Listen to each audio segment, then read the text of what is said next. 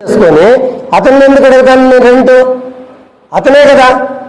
నీ భార్య, నీ తమ్ముడు, మీ అమ్మ, మీ నాన్న అందరూ కూడా ఎండి గ్రాండ్ రెస్టారెంట్లో పనిచేసుకుంటూ జీవనం సాగిస్తూ అందరినీ మోసాలకు పాల్పడి నువ్వు మైపోర్స్ మహేష్ కాదు, నువ్వు బోపర్స్ మహేష్. ఇక మీదటంతా బోపర్స్ మహేష్. నీ ఆటలు, నీ లక్ష్మీదేవి, మీ అమ్మ లక్ష్మీదేవి డ్రామా కంపెనీలు అంతా చాప్టర్ క్లోజ్. ఏమే ఇప్పటికి వరకు నువ్వు 45 లక్షల రూపాయలు బకాయి ఉండవు. నువ్వు ఫస్ట్ మంత్ రెంట్ కట్టలేకుండా 2వ నెల కూడా చూడండి మళ్ళీ కూడా చాట్ చేశాడు ఫిబ్రవరిలో. ఏమన్నా అన్న ప్లీజ్ నేను కాల్ చేస్తాను, అమౌంట్ వచ్చాక వాళ్ళు కాల్ కూడా రిసీవ్ చేయడం లేదు అని చెప్పి మళ్ళీ కూడా మెసేజ్ పెట్టాడు. నేను మళ్ళీ కూడా చెప్పా, ఇప్పటి వరకు ఇంత క్లారిటీ లేదు, 2 నెలలు అయిపోయింది, సింగిల్ పైసా కూడా ఇవ్వలేదు, ఇప్పటి వరకు క్లారిటీ లేదు, నువ్వేం డబ్బులు ఇస్తావని కూడా చాట్ చేశాను.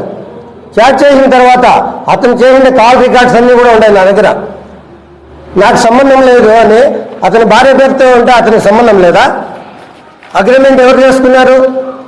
అగ్రిమెంట్ చేసుకున్న రోజు నువ్వు ఉండవు, నీ భార్య నువ్వే పిలుచుకోవచ్చావు సబ్ రిజిస్టర్ ఆఫీస్కు. నువ్వు నీ తమ్ముడు పిలుచుకోవచ్చి, నీ తమ్ముడు కూడా విట్నెస్ చేశాడు. విట్నెస్ చేసి నాకు సంబంధం లేదు అని నువ్వు జనసేన పార్టీకి ఏం సంబంధము అంటావు.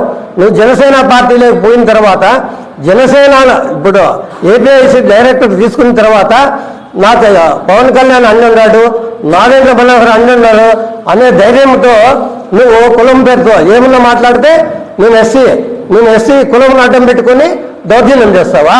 అంటే ఇప్పటి వరకు 45 లక్షల రూపాయలు బకాయి ఉన్నాడు. నేను సింగిల్ ఎంపీకి అట్లా కోర్టుకు పోయినాను, నేనే ఆర్డర్ తీసుకుంటాను అంటావు. కోర్టులో నువ్వేందుకు ఆర్డర్ తీసుకుంటే? నాకు అగ్రిమెంట్ టైం ఉంది, నాకు ఇంకా టైం ఉంది కాబట్టి నాకు ఇంజక్షన్ ఆర్డర్ ఏమని నువ్వు అడిగిన వల్ల ఇచ్చింది కోర్టు.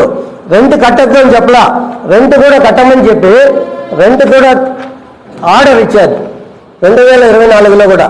ఎవ్రీ మంత్ 5వ తారీఖు లోపల నువ్వు రెంట్ పే చేయాలా అని. దాన్ని కూడా విక్రయిస్తున్నావు. ప్రతి నెల 10,000, 20,000, 30,000 నీకు ఇష్టం చేయట్లు ఇస్తూ ఇంకా పెండింగ్ పెట్టుకుంటున్నావు. ఈ రోజు కూడా ఉండాలి కోర్టు వాయిదా జరుగుతుంది, టైం పడుతుంది.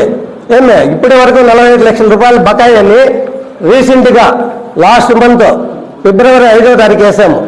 45 లక్షలు స్టేట్మెంట్తో సహా అతను కట్టిండే పేమెంట్ విత్ స్టేట్మెంట్ కూడా ఉన్నది. అతను 8,10,000 రూపాయలు ఎప్పుడు పే చేశాడండి? అక్టోబర్లో పే చేశాడు 8,10,000. చూడండి 5/11/2021 అంటే అతనికి ఇచ్చినది ఆగస్టు కదా, అక్టోబర్ 3, 2019వ సంవత్సరంలో ఇస్తే నువ్వు పే చేసినది 2020లో 9 నెలల రెంట్, అది కూడా కోర్టు మట్టికాయలు ఇస్తే అప్పుడు పే చేసావు. నువ్వు అంతవరకు పే చేయలేదు సింగిల్ ఎంపీ కూడా. అంటే కోర్టు ఇంజక్షన్ ఆర్డర్ తీసుకుంటే 2020 డిసెంబర్ అయితే నువ్వు పే చేసినది 21 అక్టోబర్లో. అంటే అప్పటికి 10 నెలలు అయింది. 9 నెలలు రెంట్ పే చేసినాడు ఆ రోజు. చేసి దౌర్జన్యానికి పాల్పెడతావా? నీ ఆటలు సాగవు నుండి. ఏమే నువ్వు ఒకవేళ డైరెక్టర్ పదవి జనసేనలో ఉండొచ్చు, నేనేమి జనసేనలో జనానికి ఉపయోగపడాలా, నాకు సంబంధం లేదంటావు కదా, నా తమ్ముడిని అంటావు కదా. నీ తమ్ముడిని అయితే రెంట్ కట్టబోను, నువ్వు నీ తమ్ముడిని అయితే నా బిల్డింగ్ ముందు ఎందుకు పెడతావు? నువ్వు నీకేం అర్హత ఉంది? నువ్వు ఈ విషయం కూడా నేను రేపు ఈరోజే పోలీస్ స్టేషన్లో కంప్లైంట్ ఇవ్వడం జరుగుతుంది. ఎందుకంటే నా బిల్డింగ్ ముందర నువ్వు ప్రెస్ మీట్ పెట్టి మాకు లాడ్జీకి వచ్చే వాళ్ళకి అందరికీ అంతరాయం చేసావు. కింద ఫ్లోర్ బట్టల షాప్ ఉంది, వాళ్ళకు కూడా 1 గంట వచ్చే కస్టమర్లకు రోడ్లు ఎట్లా పెడతావు? నువ్వేమన్నా అంటే నీ ఆఫీసులో పెట్టుకో, లేదంటే నీ హోటల్లో పెట్టుకో. ఎంపీ గ్రాంట్ నాది కాదు అంటావు కదా, నువ్వు జనానికి ఉపయోగపడేవాళ్ళు కదా, ఉపయోగపడేవన్నీ డబ్బులు కట్టించు, నెల రెంట్ కట్టించు. నాకేం పని నీతో? నువ్వు రెంట్ కట్టేస్తే నాకేముంది? లేదంటే ఖాళీ చేసి వెళ్ళిపో. లిఫ్ట్ లేదన్నావు, లిఫ్ట్ లేకపోతే నీకేమన్నా కండిషన్లో ఉందా?